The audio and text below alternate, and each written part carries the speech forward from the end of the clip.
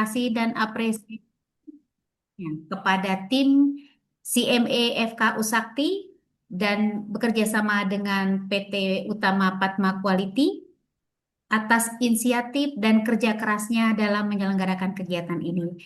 Semoga kegiatan ilmiah seperti ini dapat terus berlanjut dan memberi manfaat yang besar bagi peningkatan kompetensi kita bersama. Akhir kata, kami mengucapkan terima kasih kepada seluruh pihak yang telah berkontribusi dalam penyelenggaraan webinar ini, serta kepada seluruh peserta yang telah berpartisipasi aktif. Selamat mengikuti kegiatan webinar. Semoga berjalan dengan lancar dan memberikan hasil yang optimal. Wassalamualaikum warahmatullahi wabarakatuh. Terima kasih. Saya serahkan kepada MC. Ya, terima kasih kami sampaikan kepada Dr. Jihan selaku Wakil Dekan FK Trisakti yang telah memberikan sambutannya. Izin Bapak Ibu kami akan juga memberikan sedikit informasi singkat bahwa saat ini FK Trisakti itu sudah membuka program studi Magister Kesehatan Reproduksi. Informasi ini dapat Anda teruskan kepada anak atau keluarga atau mungkin rekan yang sedang merencanakan studi lanjut. Program Cashpro ini membahas isu yang sangat dekat dengan kehidupan sehari-hari, kesehatan ibu dan anak, remaja, keluarga berencana, hingga penguatan ketahanan keluarga. Materi tidak hanya teori, tapi masih juga dilatih untuk memahami masalah lapangan dan menyusun solusi berbasis data dan kebijakan kesehatan. Perkuliahan dirancang fleksibel dengan sistem blended learning, cocok bagi lulusan S1 Kesehatan, Sains maupun Sosial yang ingin memiliki peran strategis di bidang kesehatan, atau program pemerintah, atau mungkin LSM atau lembaga riset. Lulusan diarahkan siap untuk menjadi pengelola program, edukator, atau analis kebijakan dalam bidang kesehatan reproduksi. Jika Bapak Ibu mungkin ada yang punya anak atau kenalan yang tertarik untuk melanjutkan studi magister, informasi lengkap terkait pendaftaran, jadwal dan kontak resmi dapat Anda lihat pada flyer yang sedang ditampilkan. Demikian kami informasikan terkait prodi Magister Kesehatan Produksi.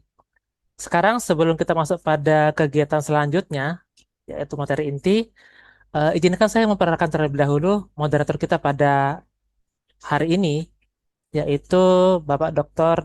Reza Aditya Digambiro, Magister Kesehatan, Magister Kedokteran, Spesialis Patologi Anatomi. Saya izin share screen. Oke. Nah, izin saya memperkenalkan Dr. Reza. Dr. Reza adalah seorang akademi dan praktisi medis dengan kualifikasi mendalam di bidang patologi anatomi dan manajemen. Saat ini, beliau sedang menjabat sebagai Kepala Departemen Patologi Anatomi di Fakultas FK Trisakti, serta berpraktik sebagai seorang patologis di RSUD Pasar Minggu. Beliau menuntaskan pendidikan spesialis patologi anatomi di USU, meraih gelar PhD Manajemen dari Institut Transportasi dan Logistik Trisakti, dan kini beliau sedang menempuh doktoral biomedik di Universitas Yarsi. Dr. Reza terkenal dengan sangat produktif dalam literasi medis, terbukti dengan raihan penghargaan Best Poster Presentation di Taiwan pada tahun 2023 kemarin, serta telah menerbitkan 8 buku teks medis dan berbagai jurnal ilmiah internasional dalam kurun waktu 3 tahun terakhir. Baiklah, mari kita sambut bersama Dr. Reza Aditya Digambiro. Kepada Dr. Reza, waktu dan layar kami persilahkan.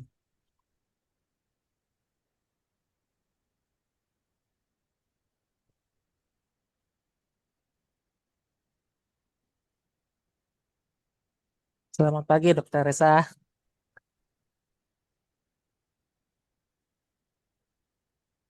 Terima kasih MC.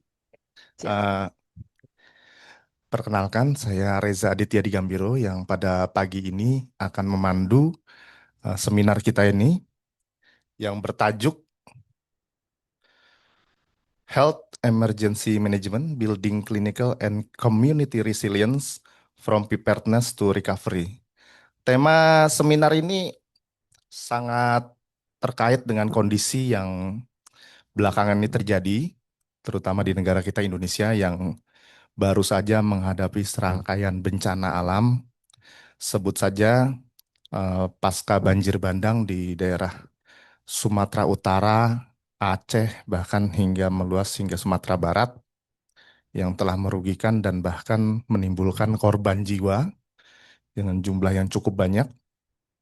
Juga baru-baru ini ada banjir di daerah Sintang di Kalimantan dan di daerah Pandeglang.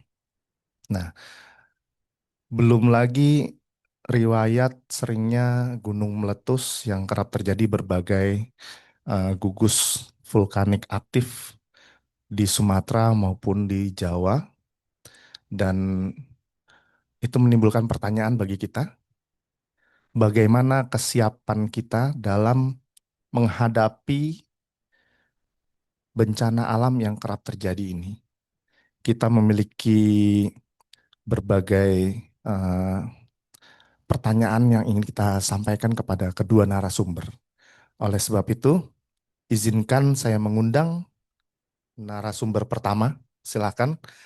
Beliau adalah Dr. Gita Handayani Tarigan, Magister Kesehatan, Magister Manajemen, seorang dosen dari Fakultas Kedokteran Universitas Trisakti. Beliau menempuh pendidikan dokter di Universitas Trisakti, kemudian melanjutkan Magister Kesehatan Masyarakat di Universitas Gajah Mada, serta Magister Manajemen di bidang Sustainability di Universitas Trisakti. Selain pengalaman akademik, Dr. Gita juga berpengalaman di berbagai lembaga kemanusiaan, ada WHO, UNICEF, UNDP, dan advisor BNPB. Wah, ini luar biasa ini Dr. Gita.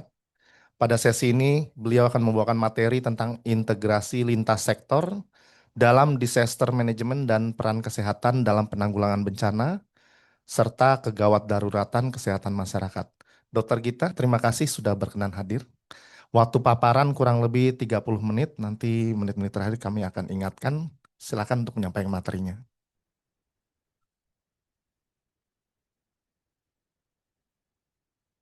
Baik, terima kasih Dr. Reza. Assalamualaikum warahmatullahi wabarakatuh. Selamat siang, salam sejahtera untuk kita semua.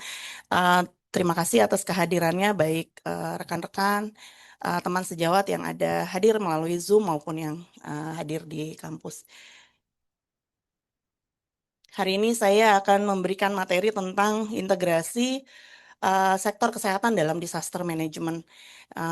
Kenapa sektor kesehatan ya? Karena kami dari Fakultas Kedokteran ya, dan juga memang selama ini saya punya beberapa pengalaman di dalam penanggulangan bencana di bidang kesehatan.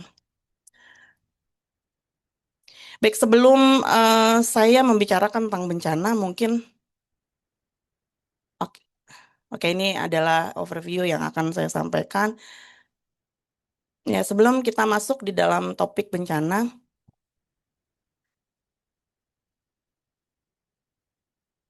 oke, mungkin saya mau memberikan beberapa health emergencies yang fakta ya, yang terjadi di dunia saat ini. Lebih dari 11 juta anak di bawah 5 tahun itu meninggal setiap tahunnya. Ini angka yang cukup fantastis ya, karena kalau dilihat dari statistik sekarang angka jumlah anak di dunia ini sebetulnya mengalami penurunan ya, sekitar 2 miliar ya di seluruh dunia.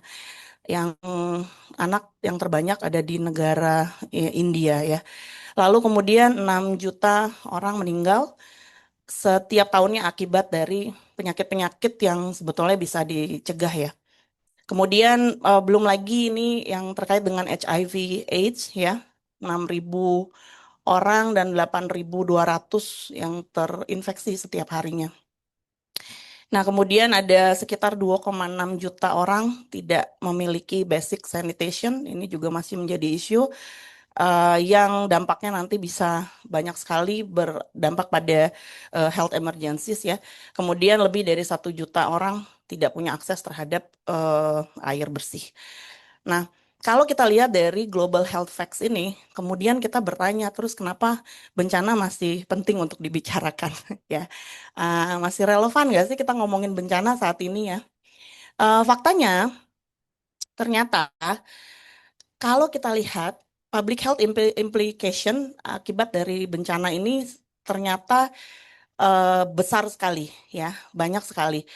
Dan menambah isu yang tadi global health itu menjadi lebih burdennya lebih tinggi lagi ya. Karena ternyata setiap kali kejadian bencana itu ada penambahan dari jumlah orang yang meninggal dan terluka ya. Korban jiwa dan korban korban luka itu akan bertambah. Dan kemudian ada perpindahan orang dari satu wilayah ke wilayah lain, which is itu kalau dari sisi public health itu juga akan berpengaruh sangat besar ya pada kesehatan masyarakat. Nah, kemudian ada penyakit-penyakit baru dan kecacatan baru akibat dari bencana itu sendiri. Kemudian penyakit yang tadinya sudah ada ya chronic health condition itu akan bertambah lebih parah lagi ya, baik dari segi kualitas maupun kuantitas. Kemudian ada peningkatan kasus yang terkait dengan kesehatan jiwa dan perilaku ya. Nah ini saya belajar dari banyak bencana yang pernah saya datangi. Ini nggak sampai 1 bulan biasanya angka-angka ini akan melonjak ya, dokter. Jadi ada kasus-kasus baru yang terkait dengan kesehatan jiwa. Paling enggak ada perubahan perilaku ya. Nah, kemudian, nah ini juga yang menjadi isu setiap kali bencana adalah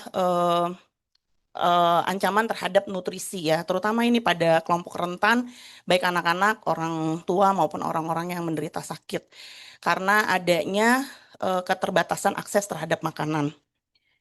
Dan memang biasanya memang kalau emergensi itu yang pertama kali yang didulukan adalah yang penting orang kenyang dulu gitu. Jadi komponen gizinya dipikirin nanti karena yang penting orang mendapatkan akses dulu terhadap makanan, which is ya itu oke, tetapi ini tidak boleh berlangsung lama karena kalau berlangsung lama maka kemungkinan untuk ancaman terhadap kekurangan gizi akan sangat nyata, terutama pada kelompok rentan yang saya sebutkan sebelumnya. Nah, kemudian ada ancaman lain ya pada kesehatan lingkungan. Ini sudah pasti ya. Kayak pada setiap bencana apapun jenis hazardnya akan menimbulkan masalah pada kesehatan lingkungan karena ada perubahan tadi itu ya population displacement dan juga ada ada masalah baru di lingkungan akibat dari bencana itu sendiri. Nah, kemudian nah ini juga yang banyak sekali ditemukan kerusakan pada fasilitas-fasilitas kesehatan.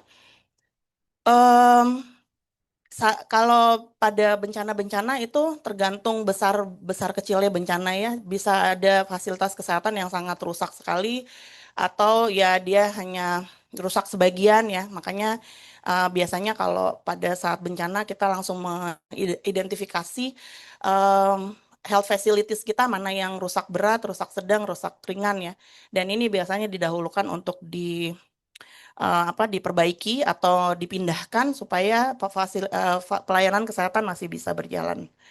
Kemudian, nah ini hampir di semua bencana rasanya ditemukan ya, ada disruption of health services karena pelayanan kesehatan rutin di puskesmas atau di rumah sakit tidak bisa berjalan seperti biasa karena ada pelayanan lain yang perlu dilakukan untuk penanggulangan bencana ya. Jadi biasanya puskesmas itu banyak fokus pada penanganan korban bencana sehingga program rutin yang seperti posyandu dan lain-lain sebagainya itu banyak harus diberhentikan dulu sementara untuk menangani korban dari bencana. Nah, ini juga akan menimbulkan disruption of routine disease surveillance. Jadi surveillance yang rutin itu tidak bisa dilakukan, gantinya adalah surveillance untuk korban bencana. Nah, kemudian ada ini juga karena bisa jadi pada saat bencana itu yang menjadi korban adalah tenaga kesehatan atau tenaga pelayan kesehatan ya yang biasa memberikan pelayanan di rumah sakit atau di puskesmas bisa menjadi korban juga sehingga jumlah dari tenaga kesehatan bisa berkurang. Selain itu, meskipun misalnya tidak berkurang, tapi karena jumlah korbannya banyak, maka kemudian tenaga kesehatan yang tadinya cukup menjadi tidak cukup karena harus dibagi-bagi pada banyak site.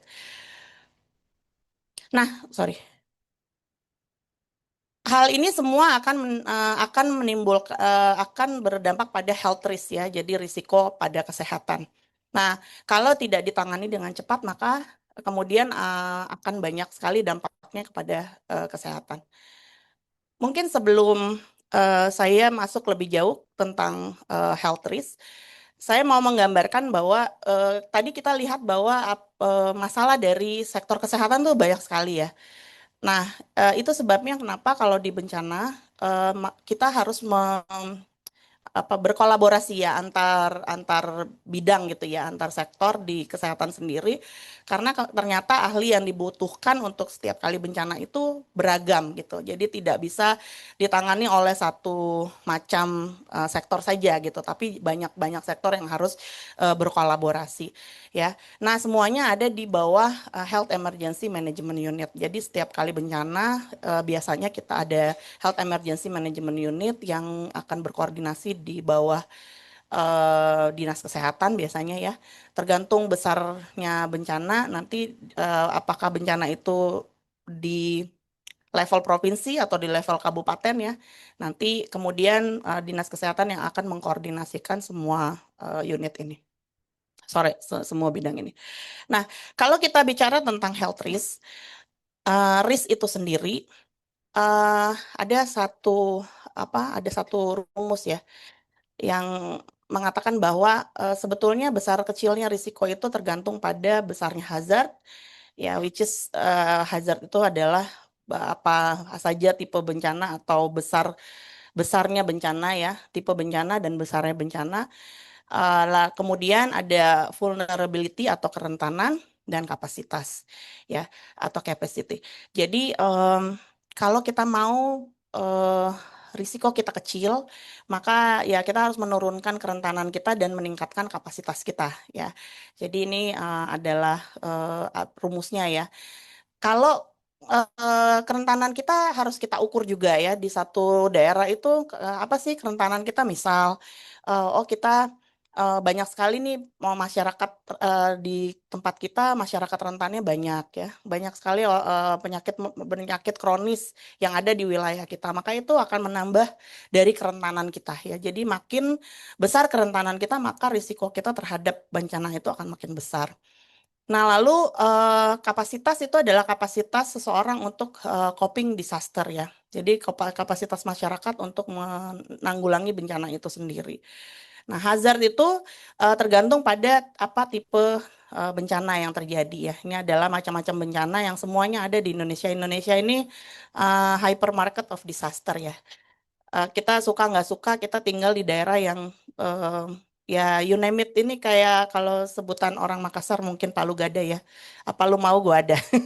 Jadi apa saja ada bencana yang nggak ada di luar negeri, di kita ada gitu ya. Jadi ini sesuatu yang perlu kita syukuri juga, karena makin banyak berarti kita makin banyak belajar ya. Jadi kita nggak belajar pada satu hal saja, tapi kita bisa belajar pada banyak hal.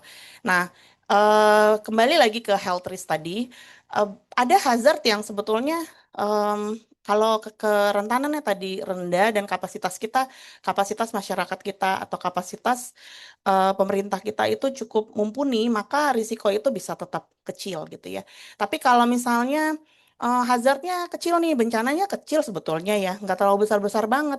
Tapi kenapa risikonya kok besar sekali? Ternyata kapasitasnya rendah dan kerentanannya kecil. Jadi ini merupakan kalau kita bicara tentang managing health risk, maka kita harus melihat pada 3 aspek ini. Ya, dari tadi mungkin kalau untuk kerentanan saya tidak bicara terlalu banyak ya.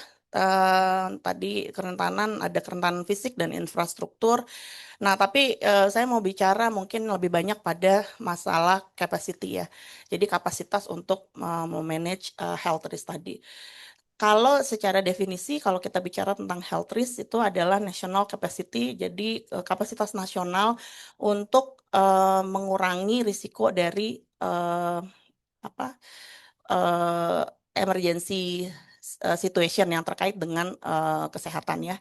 Nah, ini gabungan dari resource ya, sumber daya, dan segala hal yang berkaitan dengan sumber daya itu yang tujuannya untuk mengurangi angka kesakitan, kecacatan, dan kematian ya yang diakibatkan dari bencana itu. Nah, ini bisa terjadi bagaimana Ya, ini ada beberapa poin yang saya coba untuk summarize. Yang pertama kita bicara tentang human resource ya. Human resource. Human resource ini adalah sumber daya manusia ya. Nah, sumber daya manusia ini kita harus latih ya, mereka harus terlatih dan harus apa namanya? Selain latihan, mereka juga emang harus diterjunkan juga ya ke bencananya supaya mereka tahu situasi bencana yang benar itu seperti apa. Di Fakultas Kedokteran Universitas Trisakti sendiri, kami sudah punya modul yang mengajarkan kepada mahasiswa kami tentang disaster management.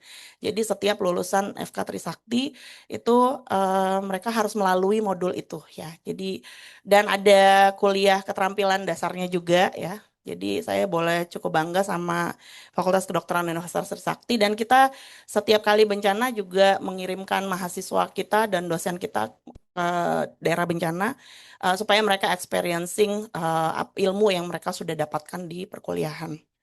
Jadi ini satu hal yang penting sekali, saya rasa di seluruh wilayah di Indonesia sekarang perlu sekali untuk dilatih bencana ya, karena kita nggak pernah tahu nanti apa health workers kita akan bekerja di mana. Siapa tahu bekerja di daerah yang sangat yang rawan terhadap bencana gitu ya. Sehingga ketika nanti bencana terjadi mereka sudah tahu apa yang harus dilakukan dan mereka harus berkoordinasi dengan siapa ya. Mereka harus addressing isu atau permasalahan mereka ke mana gitu ya. Jadi paling enggak mereka sudah tahu. Dan juga mereka ini pelatihannya banyak ya. Jadi mulai dari pelatihan yang terkait dengan medis maupun terkait dengan pencarian ya, terkait juga dengan emergency respon ya. Banyak sekali yang ada di dalam human resource ini. Nah, kemudian yang berikutnya adalah facilities dan logistik ya. Nah, ini kita kalau mau jujur ya, di banyak sekali fasilitas pelayanan kesehatan, sebetulnya kita hanya berpikir kita perlu menyediakan fasilitas atau logistik yang untuk hari-hari aja, untuk sehari-hari. Yang penting pelayanan sehari-hari terjadi. Nah, sehingga ketika bencana terjadi, nggak ada tuh fasilitas untuk penanganan bencana gitu, untuk emergensinya nggak ada gitu. Padahal hazardnya udah existing ada di situ. Harusnya kalau hazardnya sudah ada di situ, semua fasilitas pelayanan kesehatan yang ada di wilayah itu sudah mempersiapkan fasilitas dan logistik yang sesuai gitu ya. Misalnya puskesmas saya ada di daerah gunung berapi gitu. Mau gunung berapinya nggak meletus hari ini atau besok ya. Kan kalau gunung berapi nggak tahu meletusnya kapan ya. Tapi kita sudah mempersiapkan fasilitas pelayanan kesehatan kita as if gitu. Besok akan ada bencana itu. Jadi fasilitas dan logistiknya akan menyesuaikan. Sekarang saya sudah cukup ini juga senang ya karena di beberapa daerah yang saya lihat sudah sangat mumpuni ya dalam hal penyiapan fasilitas dan logistik untuk bencana. Terutama mungkin daerah-daerah yang emang udah sering experiencing bencana jadi mereka sudah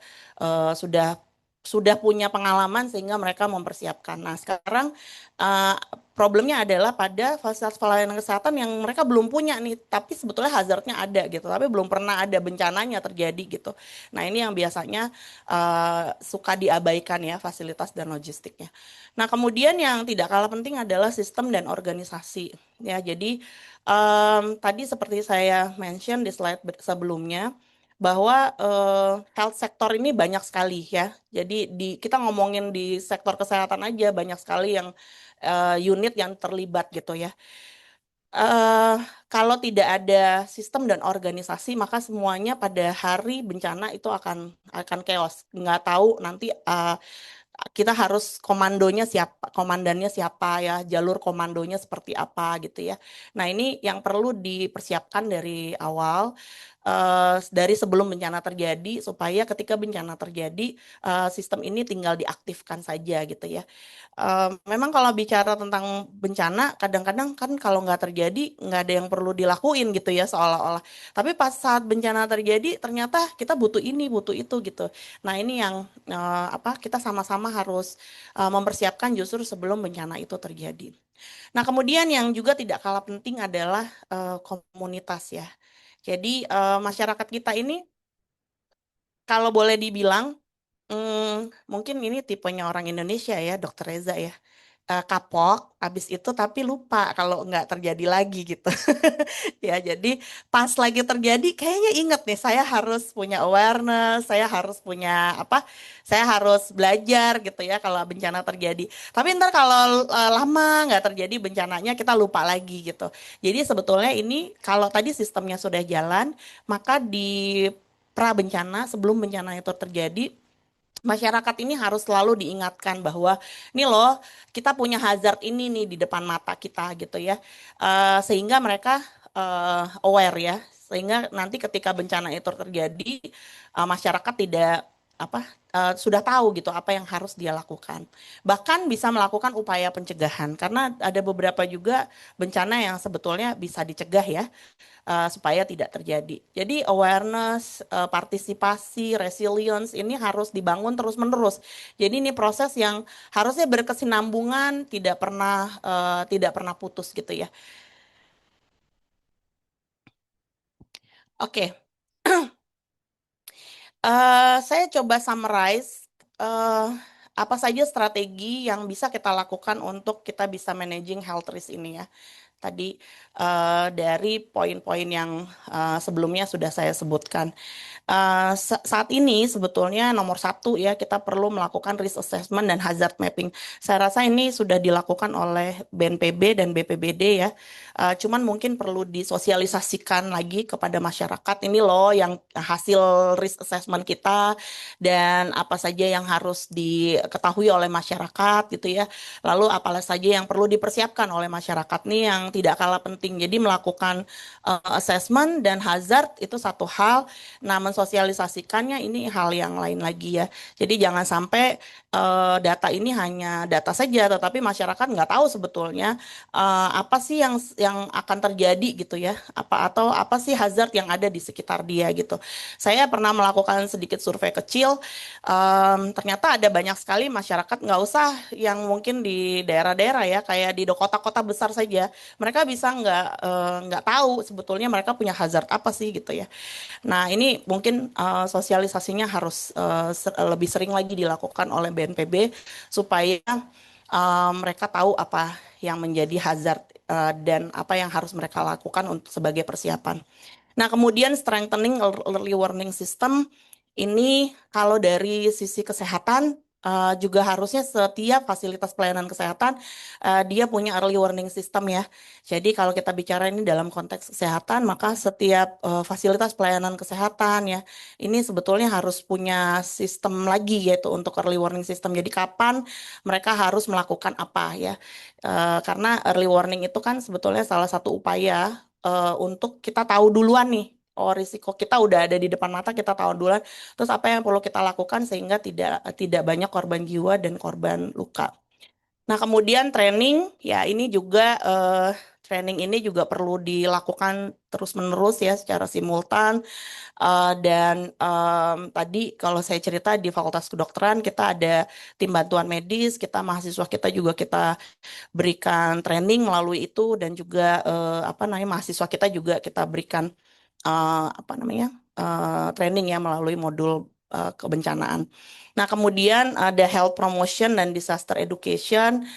Ini juga penting untuk sering dilakukan ya, terutama pada daerah-daerah yang memang sangat rentan terhadap bencana.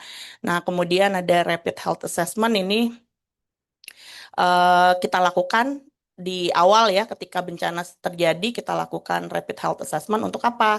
Supaya kita juga bisa menilai nih kondisi yang terjadi itu seperti apa lalu kita bisa membuat strategi kira-kira apa penanggulangan bencana yang akan kita lakukan. Izin dok, 5 menit lagi. Iya, siap dok.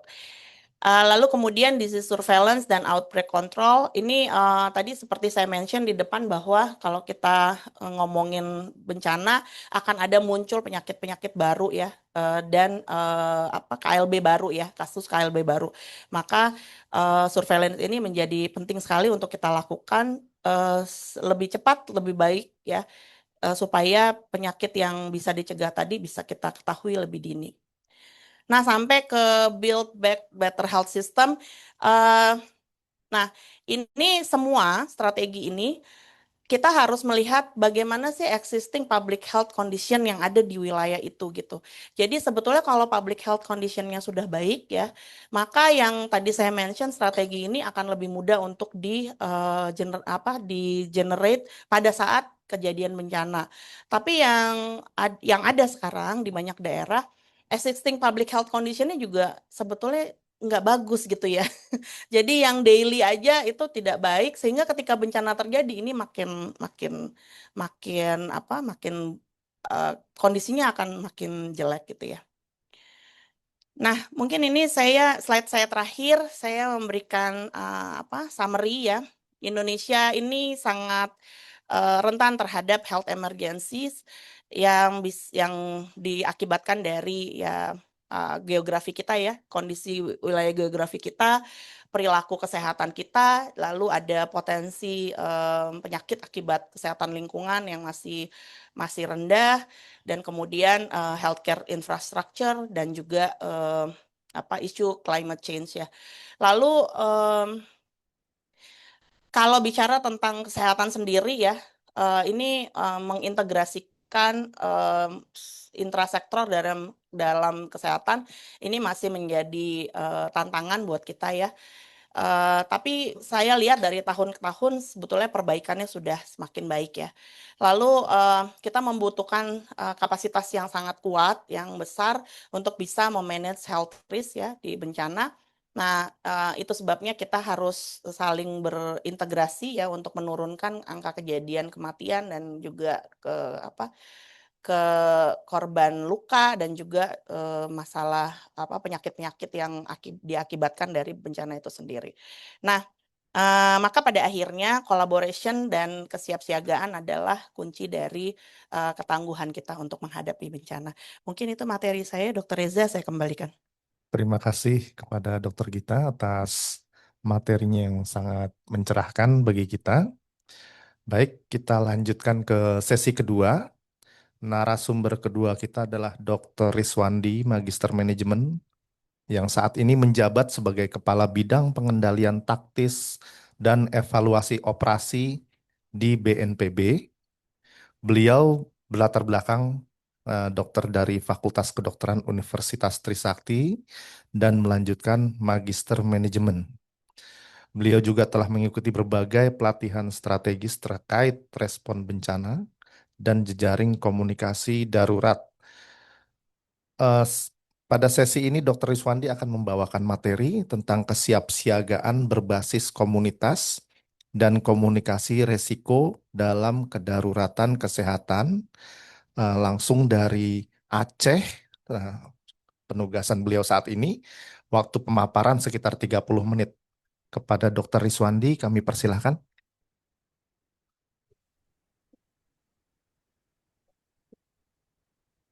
Cek suara. Suara saya terdengar ya, Dok ya? Terdengar jelas, Dok. Ya. Alhamdulillah Herculesnya baru terbang. Saya tadi khawatir suara saya kedengaran dengan ada Hercules 10 meter dari tempat saya ini. Assalamualaikum warahmatullahi wabarakatuh. Selamat pagi, salam sejahtera bagi kita semua. Izin dokter, yang terhormat, dokter-dokter yang saya banggakan di hadapan saya ini, para peserta. Nama saya Riswandi. Saya alumni Trisakti FK 94. Tadi saya lihat sekilas ada junior saya tuh beda setahun, Jihan. Di mana dia? Hadir, Dokter hadir Jihan. dok, hadir. Halo Jihan, gimana Halo, kabar? halo. Ya, makasih ya dok sudah membantu. Jihan di Trisakti ya? Ya, betul dok, betul. Alhamdulillah, bareng TB ya? Bareng yang lain-lain ya? Ya dok. Alhamdulillah. Izin lanjut, Eh, saya langsung ya, Eh, teman-teman sejawat semua. Jadi saya dikasih tema nih kesiapsiagaan berbasis komunitas dan komunikasi risiko dalam kedaruratan kesehatan. Studi kasus bencana hidrometeorologi basah di Aceh. Continuing Medical Education pada Aceh 15 Januari 2026. Selanjutnya, next. Jadi definisi bencana. Bencana adalah peristiwa atau rangkaian peristiwa yang mengancam dan mengganggu kehidupan masyarakat yang disebabkan baik faktor alam atau non alam maupun faktor manusia sehingga mengakibatkan timbulnya korban jiwa, kerusakan lingkungan, kerugian harta benda dan dampak psikologis. Jadi kalau kita lihat dari definisi ini berarti ada fenomena alam yang mengganggu kehidupan manusia. Jadi kalau kadang ada yang berkesempatan terbang sampai mendekati Papua, kadang-kadang setengah gunung longsor gunungnya itu. Tapi karena tidak ada manusia di situ, itu disebut fenomena alam.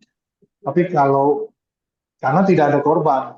Tapi kalau terjadi di Banjarnegara atau di Cilacap, hanya sebagian longsor, tapi ada pemukiman di situ menyebabkan korban jiwa, itu yang disebut bencana alam.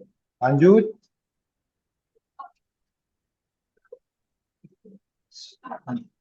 Jadi sesuai yang tadi sudah definisi, bencana alam itu ada 3 ya, disebabkan alam, non alam, dan disebabkan manusia. Kalau disebabkan alam kita tahu semua, yang non alam ini, misalnya kemarin COVID itu masuk bencana non alam. Gagal teknologi itu contohnya kemarin tuh kebakaran di Pelumpang ya, itu bisa. Terus gagal modernisasi, semacam wabah penyakit. Ini yang nanti fokus kita terkait dengan wabah penyakit yang menyebabkan bencana. Lalu ada bencana sosial, konflik sosial, teror. Konflik sosial ini pernah terjadi loh ini. Menjadi bencana itu di Adonara dan di beberapa daerah. Akhirnya ditetapkan sebagai bencana karena konflik sosial. Jadi benturan antara satu masyarakat dengan masyarakat lain. Selanjutnya,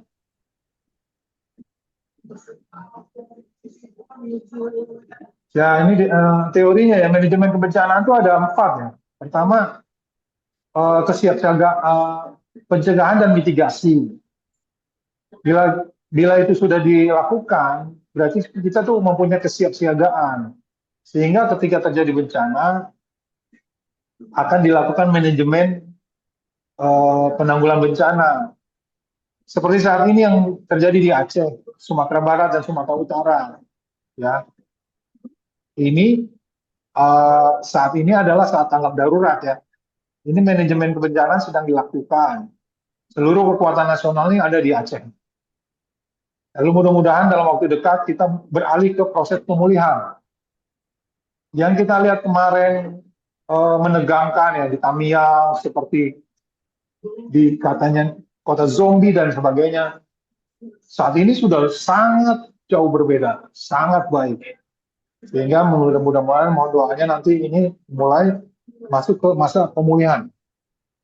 Selanjutnya, realitas bencana. Pertama, bencana telah mengakibatkan kematian dan rusaknya hasil pembangunan sehingga masyarakat menderita, menyebabkan kerugian.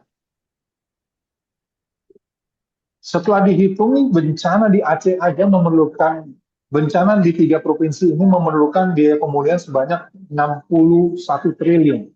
Itu baru estimasi. Jadi memang Bencana ini menimbulkan kerugian yang sangat besar. Lalu pengerahan sumber daya dalam situasi darurat biasanya sulit, penuh tekanan dan biaya yang besar. Seperti yang terjadi di tempat ini, itu memang terjadi. Kita tahu bencana di Aceh ini, di 3 provinsinya disebabkan oleh siklon yang seharusnya itu tidak terjadi, tapi terjadi. Gitu. Jadi keuntungan negara di garis khatulistiwa adalah siklon yang datang dari arah subtropis, ketika dia menuju daerah tropis, dia akan melemah, siklon itu. Tetapi siklon Senya kemarin itu, dia tidak melemah. Sehingga menyebabkan angin kencang, hujan dengan intensitas tinggi, sehingga daya tampung tanah untuk mengalirkan air tersebut tidak bisa, sehingga yang terjadi adalah air itu menyebar kemana-mana, membawa material-material. Jadi pengerahan sumber dayanya jadi sulit juga, penuh dengan tekanan tentunya karena ekspektasi, karena ini kita berpacu dengan waktu, karena terkait dengan jiwa manusia, tentu tekanannya besar, biayanya besar, sangat besar. Ketika kami hitung di sini biaya untuk armada udara kita saja itu udah sangat besar sekali. Lalu yang ketiga, upaya pembangunan akhirnya kembali ke titik nol atau bahkan dari titik negatif. Ya seperti kita tahu, ada 1 desa hilang. Kalau di Tamiang itu seluruh rumah yang di pinggir sungai hilang semuanya. Sehingga pembangunannya sudah kembali ke titik nol, bahkan negatif. Lanjut.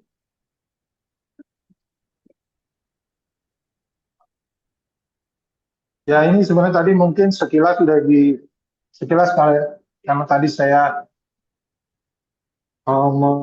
mengikuti tadi pembicaraan Dokter Tarigan ya. Ini mungkin sudah ada 3 manajemen penanggulangan bencana. Ini ya ada prabencana, saat bencana, pasca bencana. Ini teorinya ya. Lanjut.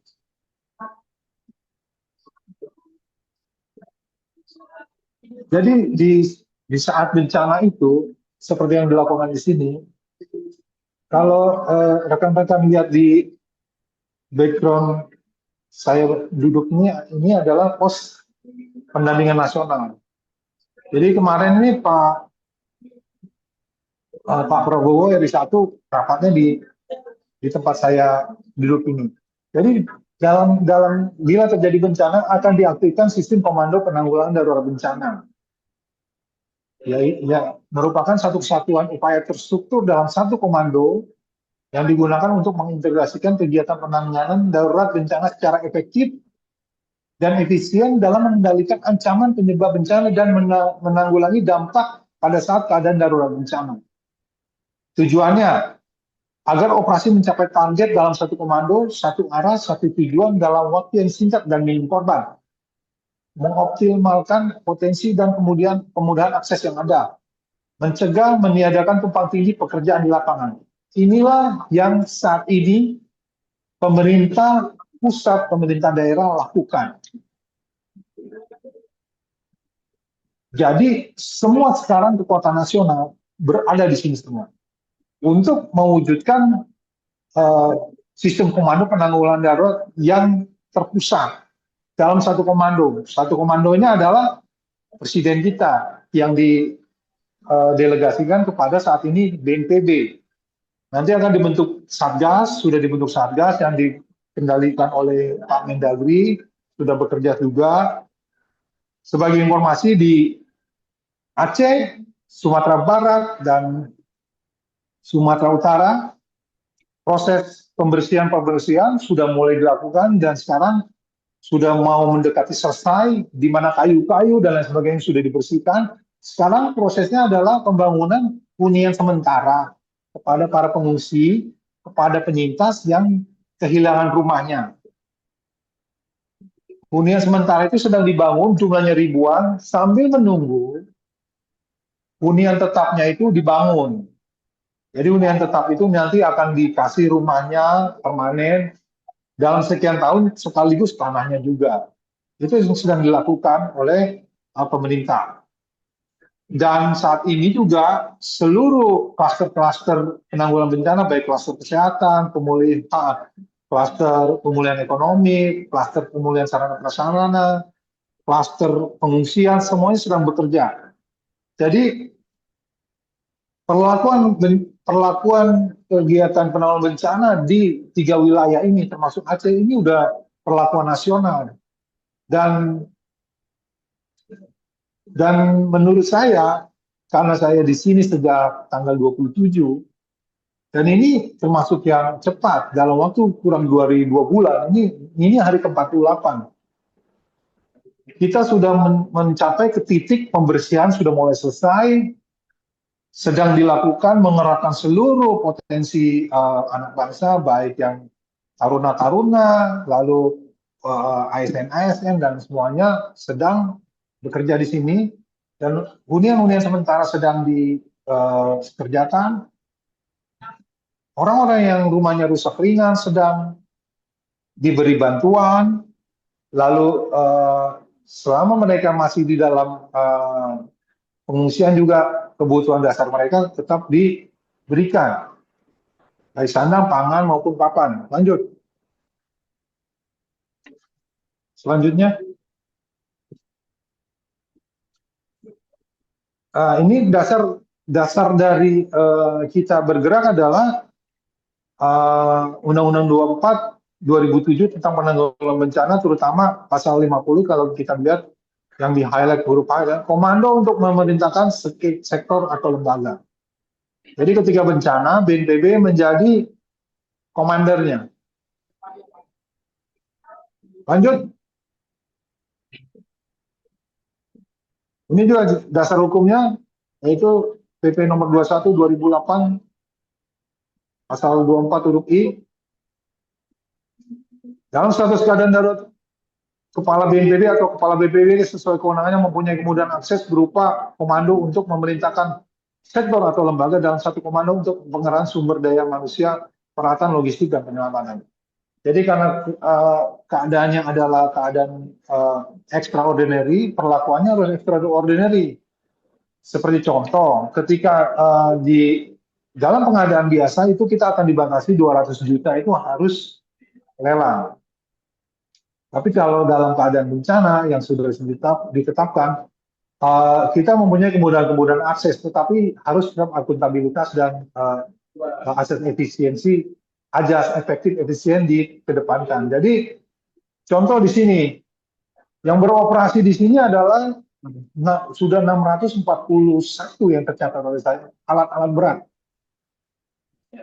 Alat-alat berat sudah terkumpul di Aceh ini, 641 unit. Kalau kita sewa dan lain sebagainya itu besar sekali, tetapi dalam keadaan darurat itu diperbolehkan oleh negara. Jadi kalau dilihat di TV atau di googling lah, pembersihan kayu-kayu gelondongan itu alat-alat yang disewa oleh pemerintah pusat dari swasta untuk mengerjakan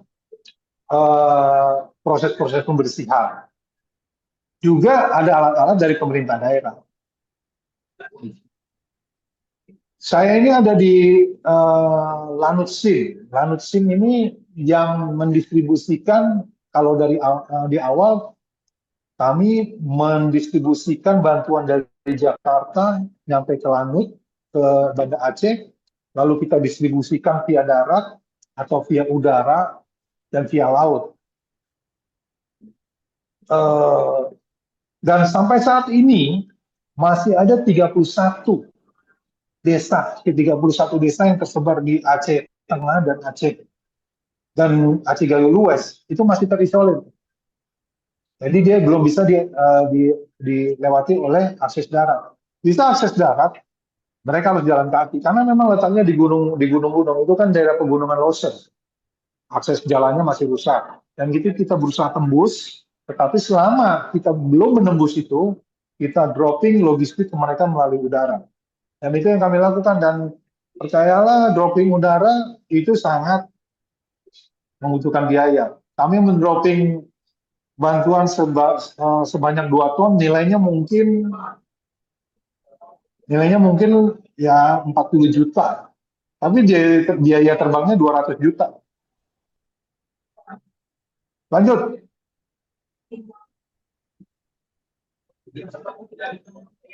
Nah, ini dasar-dasar hukumnya, lanjut. Ini contoh sistem komando yang kita lakukan. Lanjut. Jadi dalam penanggulangan bencana itu ada sistem cluster. Cluster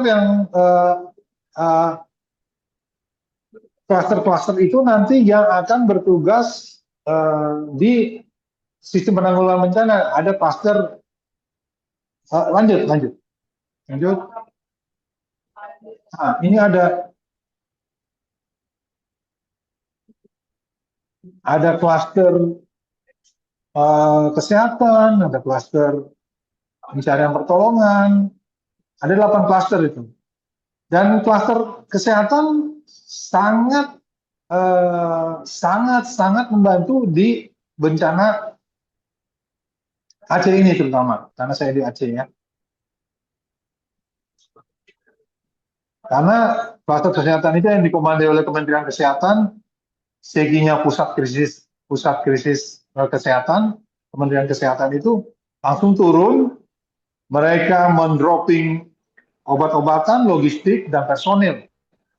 Jadi, dan sudah banyak juga yang sudah di-drop ke daerah-daerah di seluruh Aceh ya. Jadi kalau ada isu kemarin lewat Malaysia dan sebagainya, itu sebenarnya hanya bagian kecil dari dorongan personil kesehatan ke daerah-daerah. Ini tadi barusan turun Hercules, itu salah satu membawa personil kesehatan yang akan menggantikan personil kesehatan yang sudah bertugas 14 hari. Jadi di sini kluster kesehatan itu ketika dia menurunkan tim kesehatan ke 18 kabupaten kota di Aceh ini, 14 hari mereka akan dirotasi. Tadi datang sekitar ada 100 tenaga kesehatan. Kita akan dropping mereka ke titik-titik, terutama yang masih memerlukan sangat masif personil kesehatan, terutama di Aceh Utara, Aceh Tamiang, Aceh Timur, Aceh Tengah, Pidi, Biren. Lanjut.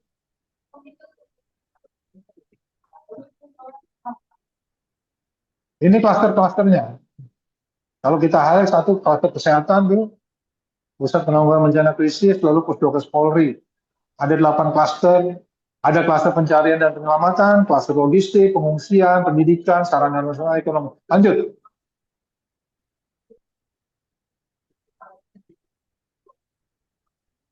Ya, lanjut deh. Lanjut.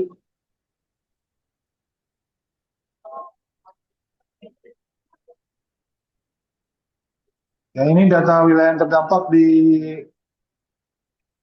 hanya di Aceh nih ya. Di 3 provinsi mungkin. Lanjut.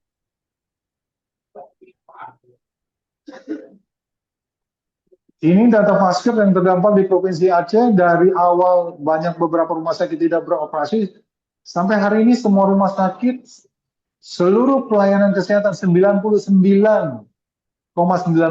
seluruh pelayanan kesehatan fasilitas kesehatan di Aceh sudah berfungsi. Kalau dari Aceh, dari nomor 1 Aceh Tamiang sampai Aceh Besar sudah berfungsi. Di awal-awal rumah RSUD di Tamiang itu tidak berfungsi karena memang harus dibersihkan dulu. Sekarang sudah berfungsi rumah sakit RSUD Tamiang sini.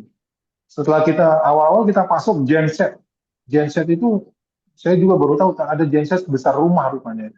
Memang itu yang diperlukan untuk mengoperasionalkan satu rumah sakit. Terus kita dorong waktu itu melalui dengan heli satu genset besar untuk mengaktifkan rumah sakit Manyung Kute di Bener Meriah. Karena apa? Karena Bener Meriah daerah terisolir, pasokan BBM putus, pasokan listrik putus, sehingga tidak ada listrik, rumah sakit tidak bisa berfungsi. Akhirnya kami mendatangkan genset, satu buah genset besar plus BBM-nya plus oksigen untuk mengaktifkan rumah sakit RSUD di Bener Meriah dan di Takengon.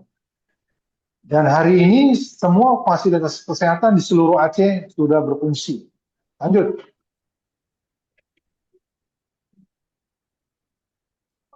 Juga evakuasi medis ya, karena memang ada beberapa titik di daerah Aceh ya. Aceh itu yang jalur daratnya masih terputus, sehingga kita melakukan evakuasi medik ya, dan sesuai dengan prosedur ya. Tentunya ada permintaan dari dokter karena fasilitas kesehatan di tempat tidak memadai, sehingga ada permintaan kepada BNPB untuk dilakukan evakuasi medis, lalu sesuai SOP didampingi oleh keluarga, oleh tenaga kesehatan, dan sudah disiapkan juga semua rumah sakit yang akan menjadi tempat rujukan. Ini kita lakukan dari awal sampai sekarang pun masih. Jadi kalau Bapak Ibu pernah dengar bahwa ada ratusan helikopter dari pejabat kita ya terbang di Aceh, itu memang benar. Karena saya yang mengalami, saya merasakannya, memang banyak pesawat-pesawat pemerintah, bahkan swasta dipusatkan di 3 provinsi untuk melakukan apa? Untuk melakukan pertolongan-pertolongan yang sangat krusial. Karena seperti tadi saya katakan, sampai hari ini ada 31 titik desa yang masih perlu kita bantu dengan dorongan udara, karena memang letaknya di atas gunung dan terisolir. Lanjut. Ini salah satu kegiatannya, lanjut.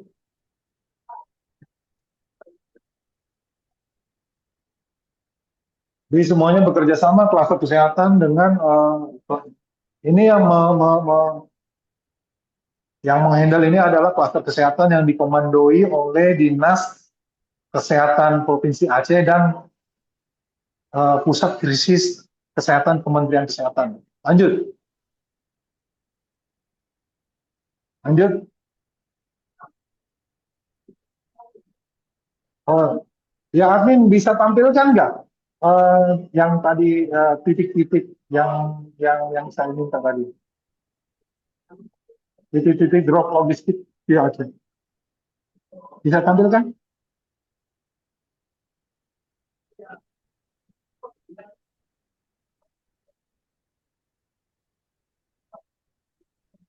Kan dok, sedang disiapkan. Oh ya, Ya, sama tim IT. jadi gini dok,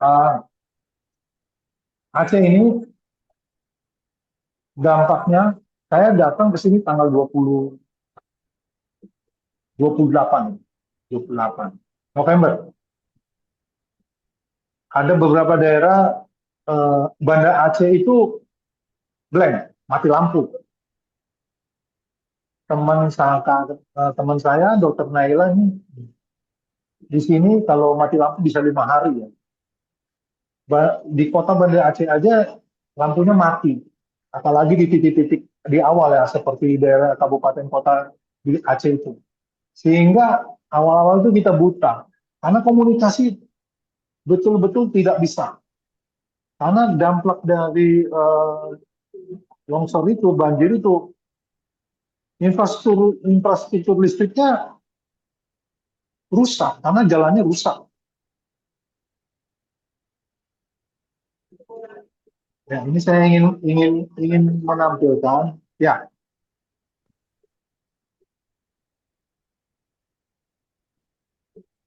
balon-balonnya aja, Dek, admin, kelihatan. Balon-balon.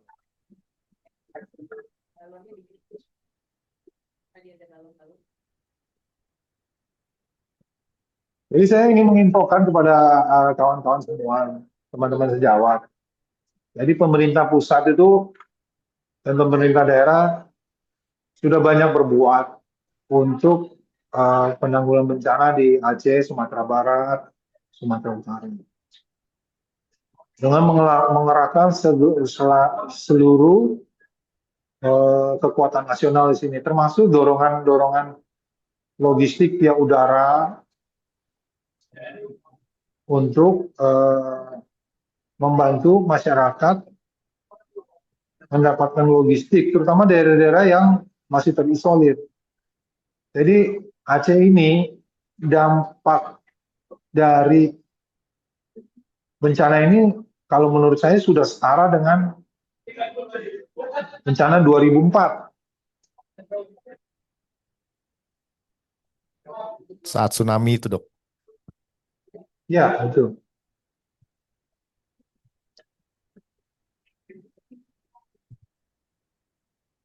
Bisa terlihat nggak? Bisa terlihat? Kalau belum, kita lanjut deh. Lanjut aja, Dok. Kelihatannya IT Lanjut. agak sulit.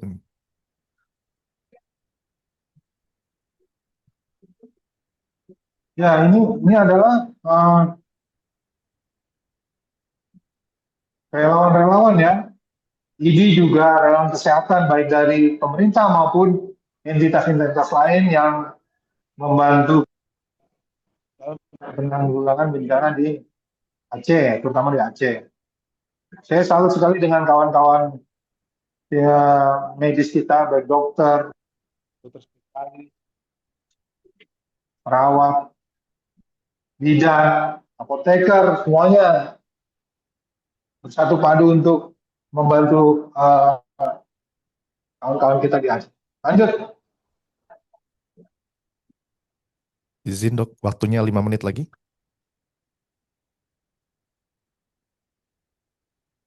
Dua.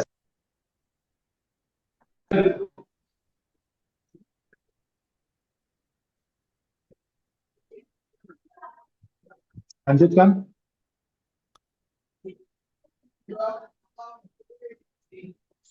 Ya, itu saja yang bisa saya sampaikan, kawan-kawan semua. Saya sangat terbatas di sini, waktunya bukan karena masih dalam tahap warawiri sana sini karena saya di sini adalah komandannya pos pendampingan nasional. Jadi saya menghubungkan antara pemerintah daerah dengan pemerintah pusat. Jadi memang sebagai info saja bahwa penanggulangan bencana di Aceh ini sudah lebih baik dari 18 kabupaten kota yang tanggap darurat. Sekarang sudah yang mulai pulih itu ada 12. 6 lagi masih tanggap darurat. Artinya penanggulangan bencana yang dilakukan oleh pemerintah, oleh masyarakat berjalan di track yang seharusnya, yang menuju pemulihan. Jadi kita harus bersama-sama dengan pemerintah, juga rekan-rekan dokter harus mencari sisi positif terkait dengan misalnya pemberitaan di medsos yang tidak baik. Karena saya sebagai alumni Trisakti, pelaku dari awal di sini, melihat bahwa apa yang dilakukan kita semua ini berjalan on the track. Parameternya jelas. Dari 18 tanggap darurat, sekarang tinggal 6. Artinya ada hanya 6 daerah yang memang perlu penanganan khusus. 12-nya lagi sudah dalam masa pemulihan. Setelah pemulihan mereka akan normal. 6 inilah yang memang yang harus dibantu. Tetapi 6 ini pun sudah mulai berjalan sesuai ke arah pemulihan. Lumpur-lumpur sudah dibersihkan, kayu-kayu besar sudah dibersihkan, hunian-hunian sementara untuk mengungsi sedang dibangun. Lalu kita juga target sebelum puasa hunian sementara itu sudah terbangun sehingga masyarakat di sini bisa berpuasa di dalam hunian, tidak di tenda-tenda. Jadi kepada rekan-rekan sejawat mohon doanya agar kegiatan penanggulangan bencana di Aceh, Sumatera Barat dan Sumatera Utara ini bisa berlangsung dengan baik. Terima kasih. Selesai. Terima kasih Dr. Riswandi, terutama atas pekerjaannya yang luar biasa dalam penanggulangan bencana. Saat ini sedang berada di Aceh untuk pemulihan pasca banjir di sana. Nah, selanjutnya sudah ada beberapa pertanyaan yang dijapri ke saya ya. Em, Mungkin saya pertanyaan pertama untuk Dr. Gita Tarigan. Eh, Bagaimana sih sebenarnya dok peran dinas kesehatan, rumah sakit, puskesmas, jejaring laboratorium dalam konteks penanggulangan bencana alam ini? Mengingat seringkali dinas kesehatan orang-orangnya juga menjadi korban dalam bencana tersebut. Jadi yang dilihat publik ini dok kadang-kadang ada ketidaksiapan dari institusi kesehatan dalam eh, menghadapi bencana alam terutama yang terjadi pada daerahnya sendiri. Silakan dok. Oke, baik.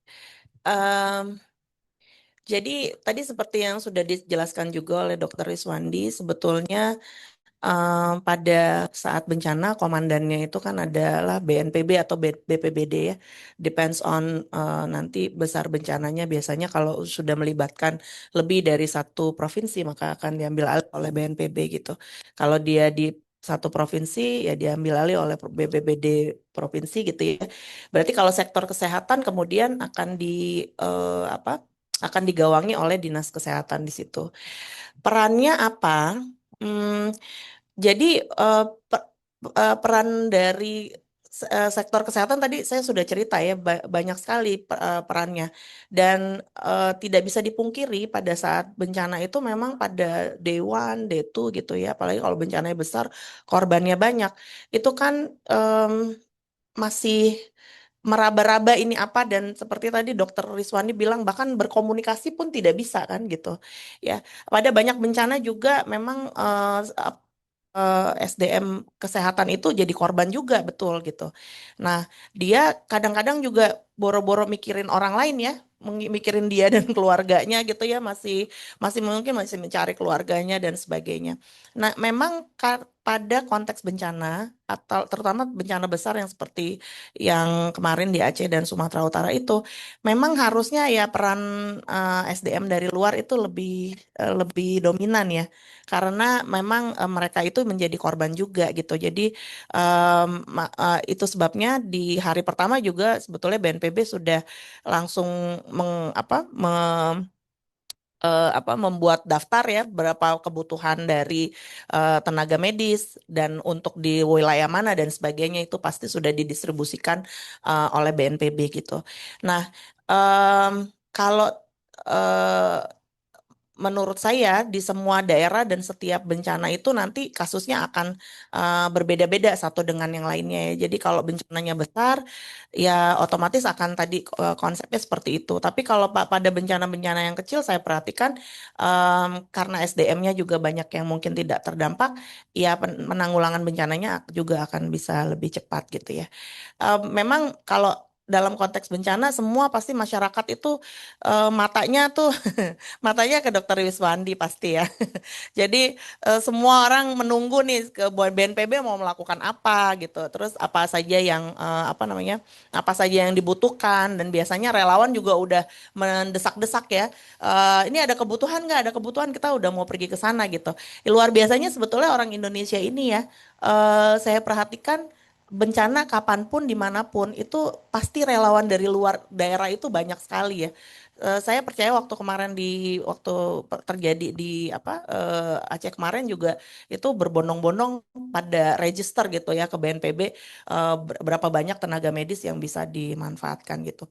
Nah, em, tadi pertanyaannya perannya ya, perannya tadi saya sudah jelaskan bahwa Dinas Kesehatan dan Kementerian Kesehatan di bawah komando dari BNPB begitu. Baik, terima kasih Dokter Gita. Untuk pertanyaan berikutnya untuk Dokter Riswandi. Nah, ini ada pertanyaan terkait status bencana nasional, Dok.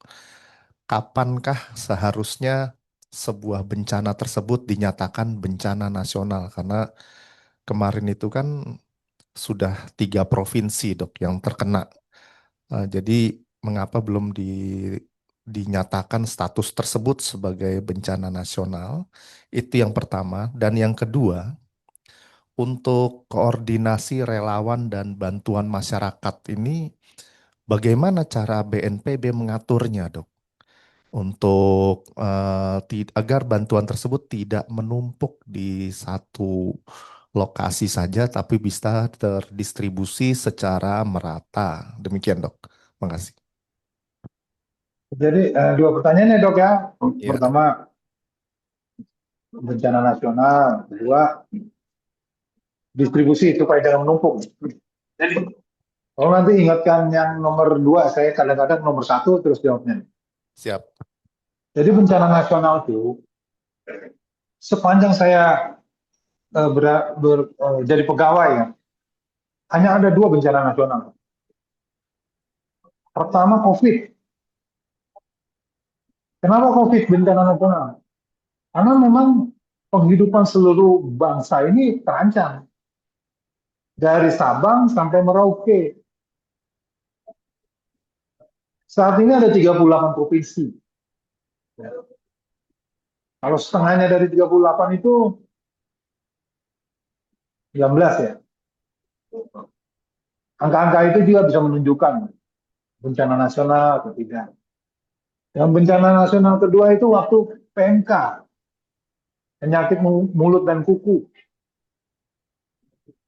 Itu kalau tidak di-declare bencana nasional, itu akan mengganggu 19 petani sapi yang dimana sapinya tuh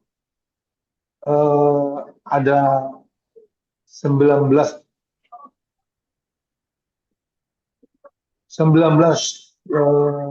keluarga, yang 19 juta keluarga yang kena. Karena akan berdampak masif kepada seluruh, karena waktu penyakit mulut dan kuku bukan hanya terjadi di wilayah Sumatera, di seluruh wilayah Indonesia. Dampaknya masif. Itu dikaitkan dengan Sumatera dengan Aceh. Itu kan hanya 3 provinsi dari 38. Itu pertama dari angka-angka. Kedua, setelah di asesmen cepat nih oleh BNPB, Pak, oleh Kepala BNPB dengan tim, potensi nasional bisa memulihkan itu dalam jangka waktu tertentu dengan biaya sekian. Bayangkan, bisa dihitung sampai segitu. Dan ingat juga, bencana nasional itu dampaknya banyak. Dampak kepada fiskal, bencana nasional waktu COVID. Tahu yang terjadi saat COVID kan? 50% APBN difokuskan ke COVID. Akhirnya kita bergerak sulit dan lain sebagainya. Waktu PMK itu pergerakan sapi-sapi di seluruh wilayah Indonesia diperketat. Artinya kalau bencana nasional akan ada dampaknya terhadap kehidupan bangsa secara nasional. Sedangkan bencana di Sumatera ini melibatkan 3 provinsi yang setelah di asesmen dampak kerusakan dan sebagainya akan bisa dipulihkan dalam waktu bertahap, maksimal sampai 2 tahun ke depan akan pulih total dengan biaya sekian triliun. Dan setelah disandingkan dengan anggarannya Indonesia yang sampai 2-3 ribu triliun, hanya diperlukan maksimal 100 triliun untuk memulihkan ke-3 provinsi tersebut. Artinya dengan kemampuan bangsa sendiri itu bisa dipulihkan, Dok, 3 provinsi tersebut. Selanjutnya, parameternya pun jelas. Yang kita lihat sekarang, dari 18 kabupaten kota yang awalnya tanggap darurat, transisi sekarang 12. Jadi pesisir barat Aceh itu sudah transisi menuju pemulihan. Yang berat adalah tinggal 6. Yang paling berat tinggal 2. Yang paling berat itu Aceh Tamiang dan Aceh Utara. Sekarang kekuatan nasional seluruhnya sudah di sana. Alat-alat berat, pesawat, dan lain sebagainya. Sehingga terus pendanaan juga sudah didorong ke sana. Dan memang setelah saya lihat, memang ternyata kenapa tidak perlu distatekan bencana nasional? Karena memang kemampuan bangsa untuk mengatasi ini bisa, Pak. Gitu. Dibanding dengan kita state bahwa ini bencana nasional. Walaupun ini memang bukan bencana nasional, tapi perlakuannya sudah nasional. Karena semua kekuatan bangsa sampai di sini. Bahkan DPR juga bikin satgas. Gitu. Ada juga satgas Rehapekon yang diketuai oleh Kemendagri. Itu penjelasan kami terkait dengan pertanyaan nomor 1. Pertanyaan nomor 2 terkait dengan apa tadi, penumpukan logistik ya. Jadi, Relawan dan bantuan dari masyarakat itu kan menumpuk.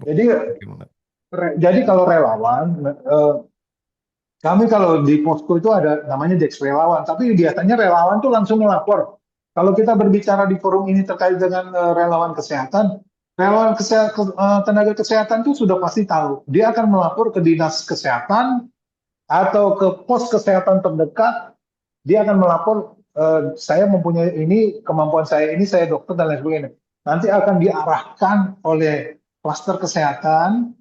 Kalau di Aceh ini oleh Dinas Kesehatan Provinsi Aceh dan Puskris, sehingga nanti didistribusikan supaya tidak ada satu titik yang lebih, yang satu titik yang kurang.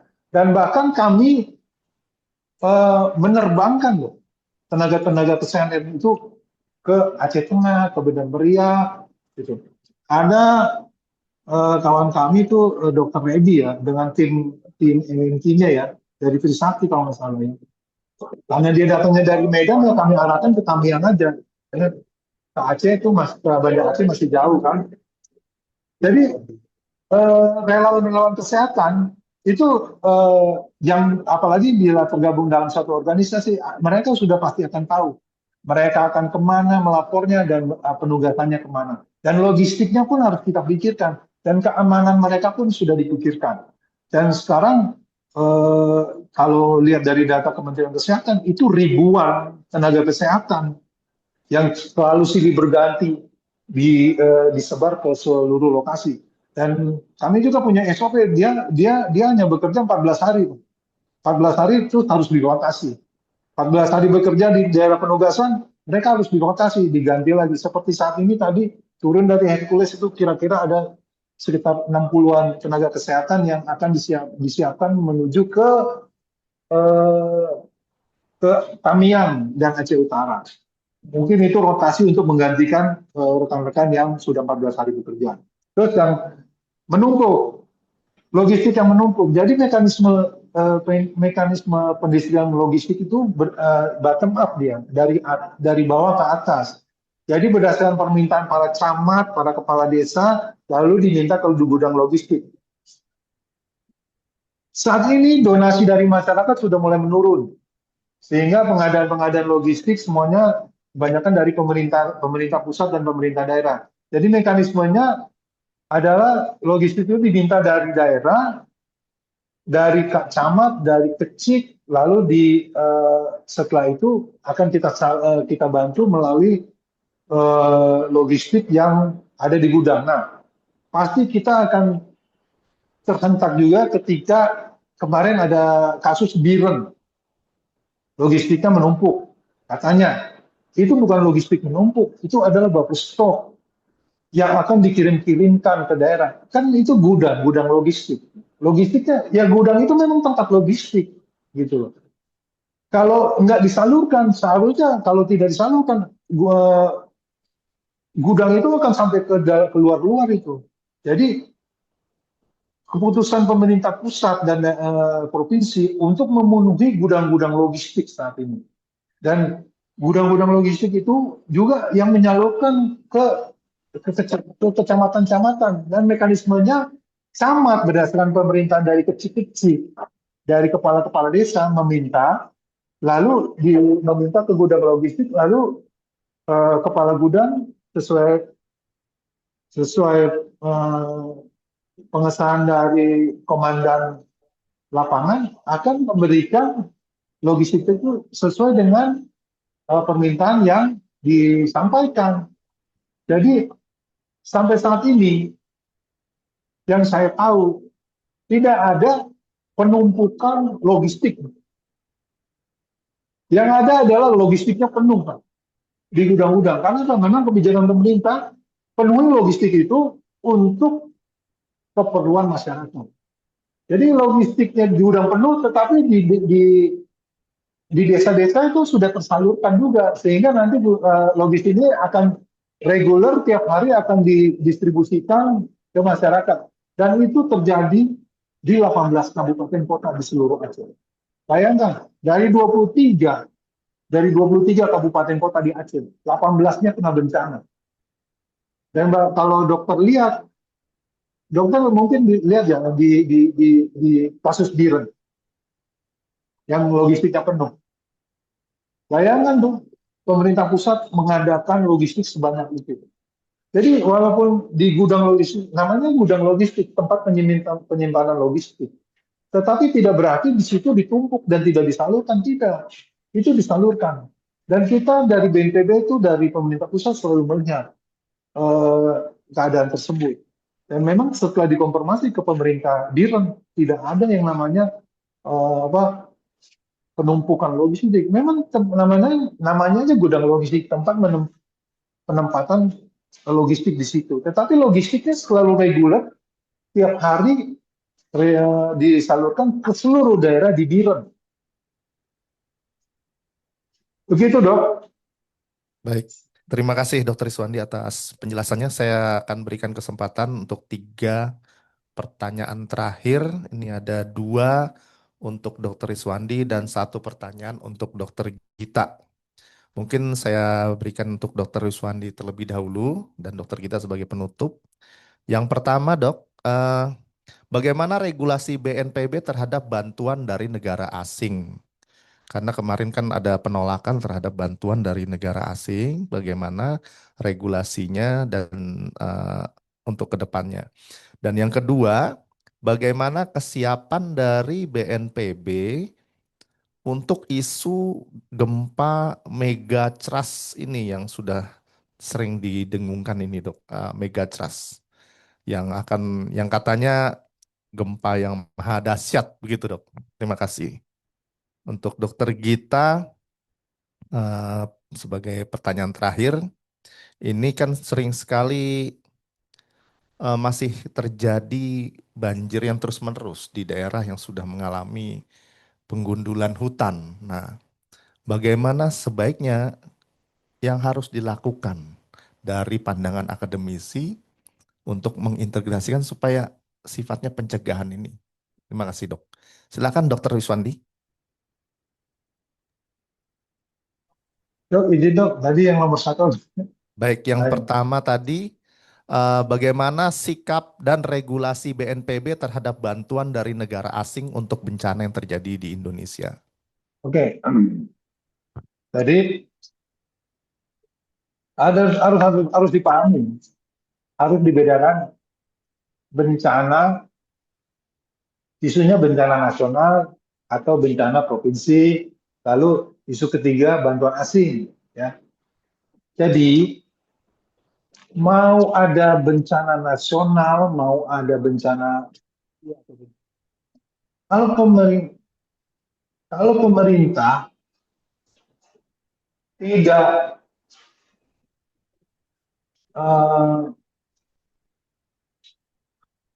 kalau pemerintah tidak memerlukan bantuan luar negeri, ya tidak perlu, gitu loh.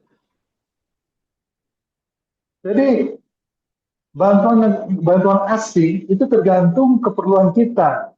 Contoh, kalau kita balik waktu gempa di Turki, ya, gempa di Turki itu kita mau mengirimkan bantuan tenaga search and rescue kita. Tahu apa yang dibilang Turki? Kami tidak perlu bantuan SAR dari Indonesia. Gitu. Jadi mau bencana nasional atau bencana tidak nasional, bantuan luar negeri itu tergantung kita perlu atau tidak perlu. Jadi ini tidak, tapi tidak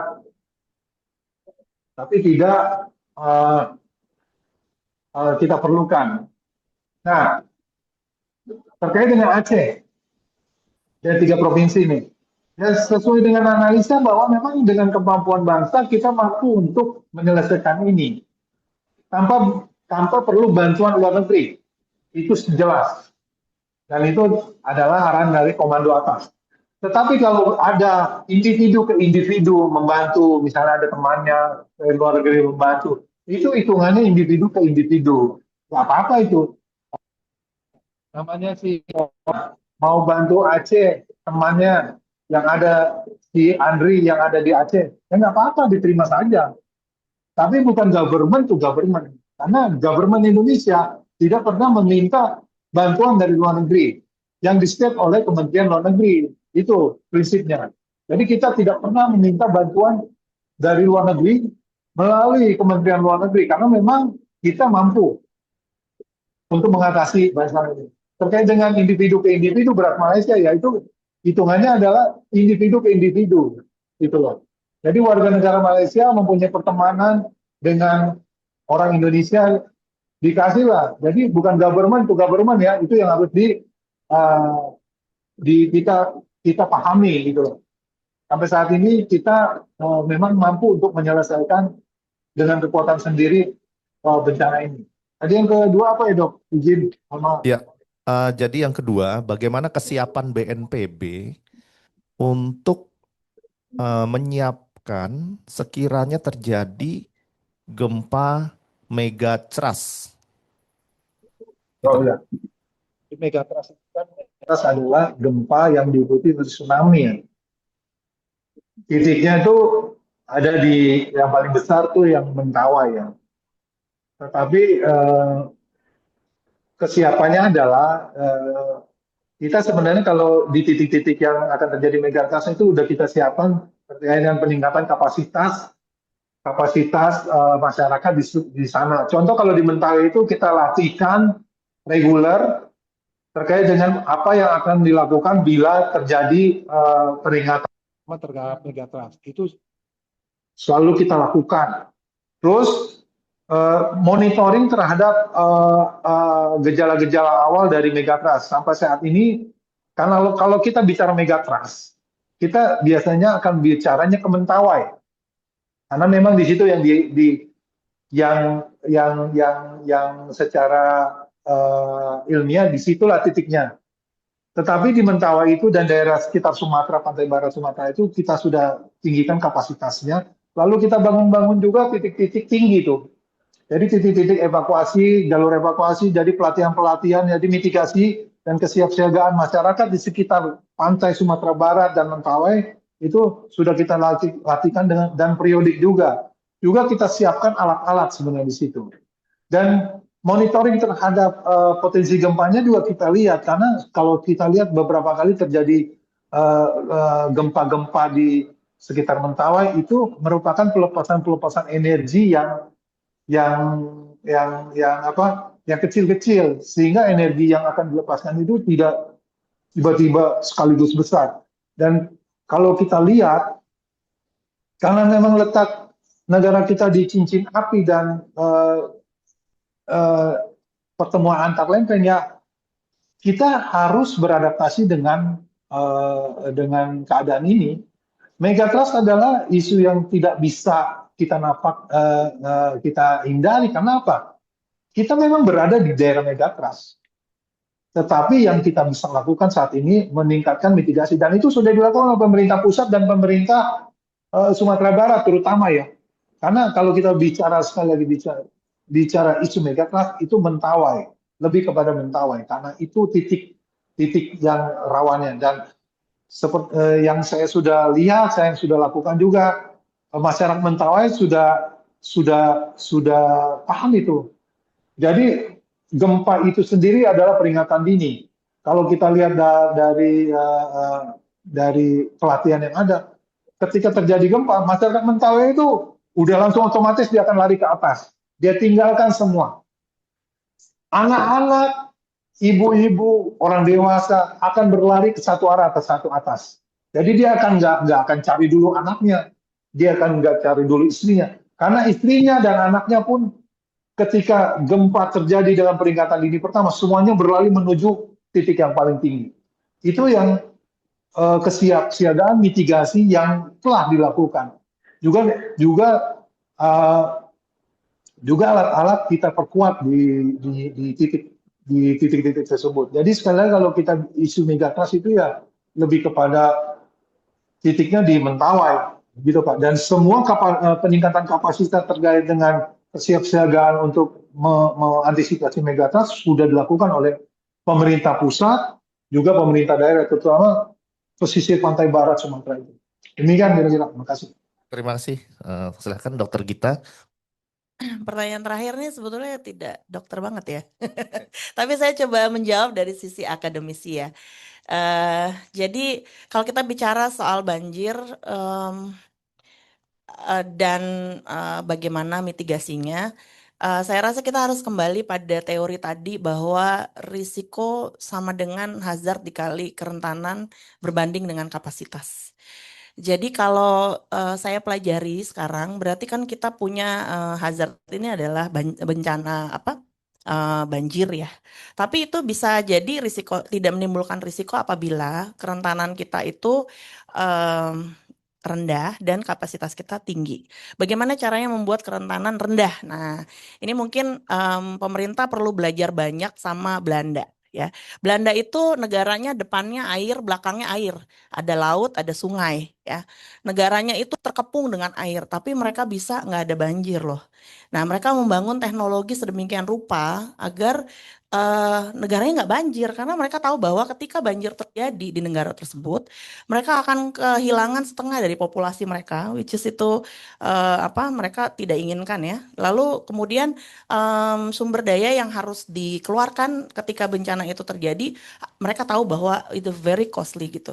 Jadi mereka membangun teknologi yang mumpuni, memang mahal juga, tetapi mereka tahu bahwa mereka akan terhindar dari bencana banjir tersebut. Nah, jadi yang nomor satu kalau kita bicara tentang mengurangi kerentanan, kalau dalam konteks bencana banjir, maka kemudian kita mungkin perlu membangun banyak teknologi nih.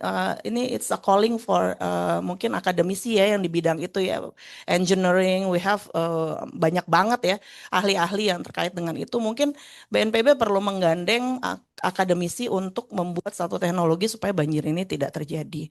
Saya tidak mau bicara tentang isu yang apa penggundulan hutan dan sebagainya ya, karena konteksnya kemudian adalah pada pengurangan kerentanan tersebut gitu. Jadi bisa pada banyak hal coba kita bangun teknologi supaya kerentanan itu bisa rendah. Nah, kemudian kapasitas tadi saya senang banget Dr. Rizwandi sebut tentang bahwa sekarang orang di Mentawai itu tahu kalau ada gempa mereka lari gitu. Nggak kayak dulu zaman 2004. Ketika ada gempa, air surut, ikan-ikan banyak, mereka pada nyari ikan. Ya, ini is about capacity kan. Jadi kapasitas kita harus ditingkatkan sehingga risiko kita bisa kecil ya. Jadi bicara soal banjir ini masalah yang yang kompleks sekali. Tapi saya percaya Indonesia bisa lewat dari ini ya. Mungkin BNPB perlu banyak berdiskusi dengan akademisi ya, kan akademisi yang melakukan riset, membuat teknologi dan sebagainya, dan mungkin ini juga adalah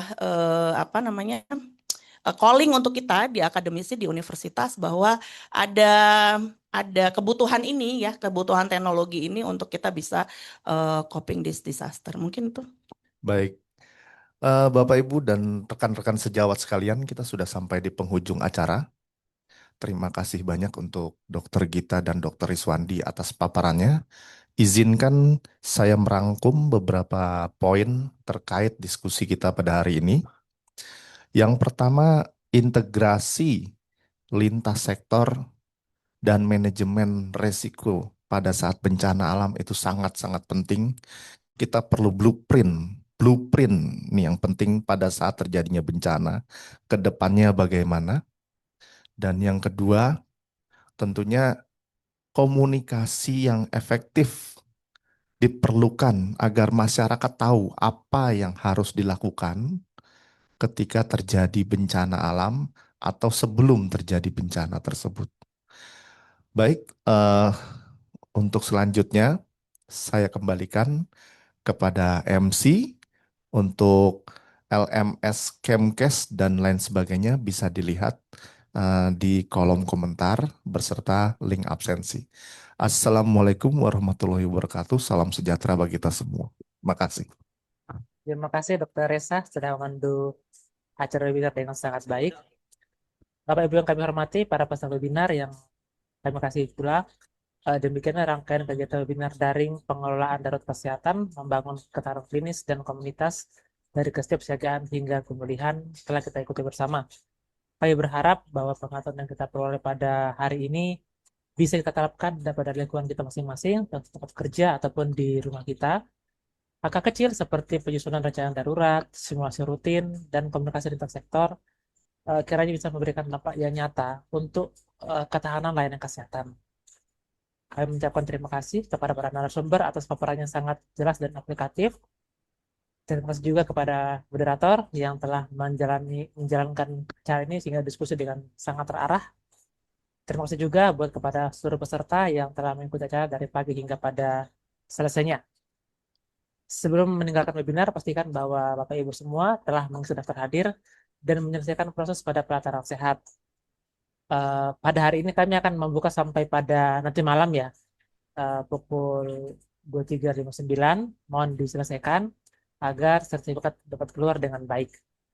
Dan semoga kegiatan ini memberi manfaat kepada kita semua dalam mendukung peningkatan kursus layanan kesehatan di Indonesia. Sampai bertemu pada kegiatan berikutnya. Terima kasih. Waalaikumsalam warahmatullahi wabarakatuh. Selamat siang dan salam sehat buat kita semuanya. Sampai jumpa lagi. Waalaikumsalam warahmatullahi wabarakatuh. Ini.